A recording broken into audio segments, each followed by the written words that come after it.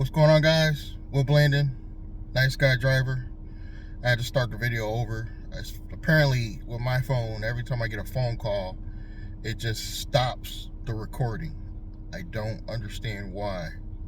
I hate to say this, but I might actually have to go to a iPhone at some point. But the point of this video is why I no longer like Lyft. And Lyft, there's a lot of reasons why I don't no longer like Lyft. The very obvious one, Uber now in my area has upfront pricing, so we get all our information and directions up front, which we don't have with Lyft in my area right now. So that's one reason. And Lyft, I don't know if you guys noticed, but the Lyft directions are horrible.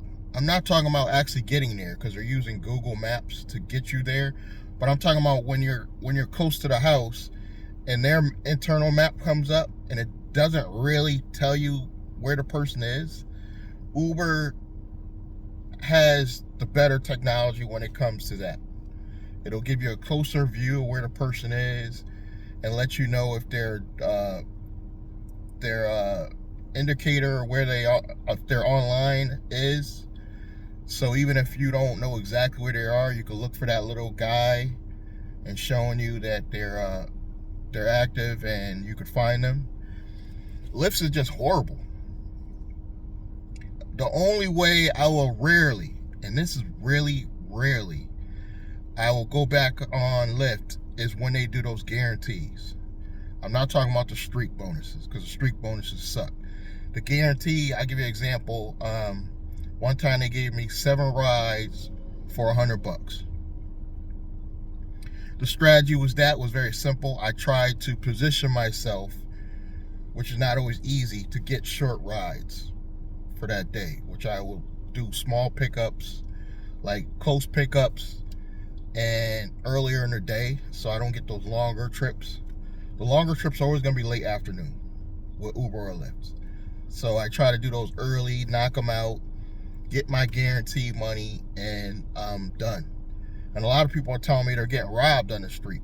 Like they'll actually finish their streak, you know, $15 for whatever amount of rides, 3 rides or whatever it is. They're getting scammed because Lyft is making them try to show proof to even get the streak pay. And one last thing I no longer like about Lyft. You'll go to click a ride. It'll say the person is, say, 7 minutes away. You'll go to click on it, and now it says they're 9 or 10 minutes away. And when you're driving towards your destination, shouldn't the minutes count down? So that tells me that the app is just blatantly lying about the pickup destination. So I'm absolutely done. I will only do Uber, but occasionally I will go and click in on the Lyft app just to see what they're offering. Because I went in again after that $100 guarantee, and they had 9 rides for $125. I knocked those out, and now I no longer drive for Lyft again. So those streak bonuses aren't enough to get drivers excited. They're just not in my area anyway. So I'm back to just driving for Uber. Now my new strategy with Uber is going to be, today anyway, I'm only going to do $10 rides or above. The pickup has to be less than 10 minutes, and they can't go any further than 25 minutes. The whole trip. So you might be thinking, well, that's relatively easy. No, it's not, because you'll find that, especially with the trip radar, that's why I think it's a scam. It only gives people rides that nobody wants. It'll occasionally give you this 30-minute ride for like $11. I'm not doing those. So it has to be worthwhile, you know. And obviously I said I'm not going any further than the 25 minutes. So that's a strategy for today. minimum $10 rides, which is going to be tricky because in my market, in my area, Uber as well as Lyft have a habit of giving you a lot of short rides, even with the bonus. Like Lyft, you have your little $1.50 bonus or $2.50 bonus. It still will be like a $6-7 ride for 4 minutes, which it might be worth the 4 minutes, but it's not worth my time, if that makes sense. I'm trying to get as fast to $100 as possible within 4 hours. So I'm only doing 10 and above rides for Uber. And we're trying to keep that down to, if we can, to like 15 minutes at the most, which is going to be challenging. It's not actually going to be easy. And I'm not taking any shit rides.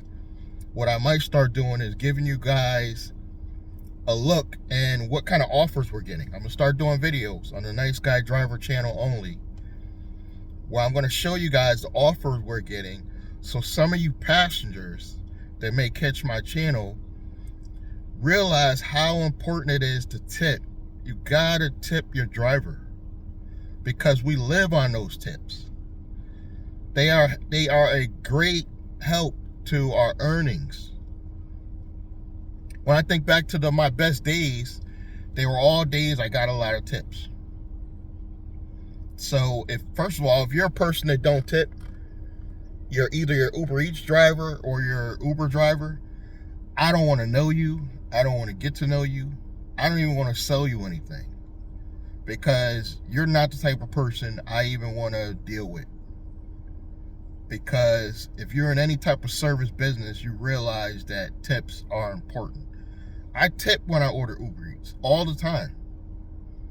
Minimum 15%. You know, there's people on these apps that don't tip at all. So tip your Uber driver. I had a young lady yesterday that actually gave me her $3 tip in cash because she said she didn't want to do it through the app. That's fine. If you want one of those people that want to do cash tips, great. But try to have the cash available. It's really a pain when somebody has to go out of their way to go to the ATM just to get you money to tip your driver. I know it's an inconvenience on both sides. Let's just say that. So tip your driver whenever possible, even if you have to do it in the app. You know, hopefully we'll get it. And I'm done with Lyft until they give a better guarantee. If I go in and see a guarantee, I may go back and do a couple rides. Other than that, no. Thank you guys for your time, your continued support, and check out my Nice Guy Driver channel. Check the links below. Subscribe, like, comment, and I'm going to catch you guys in the next one. Thank you.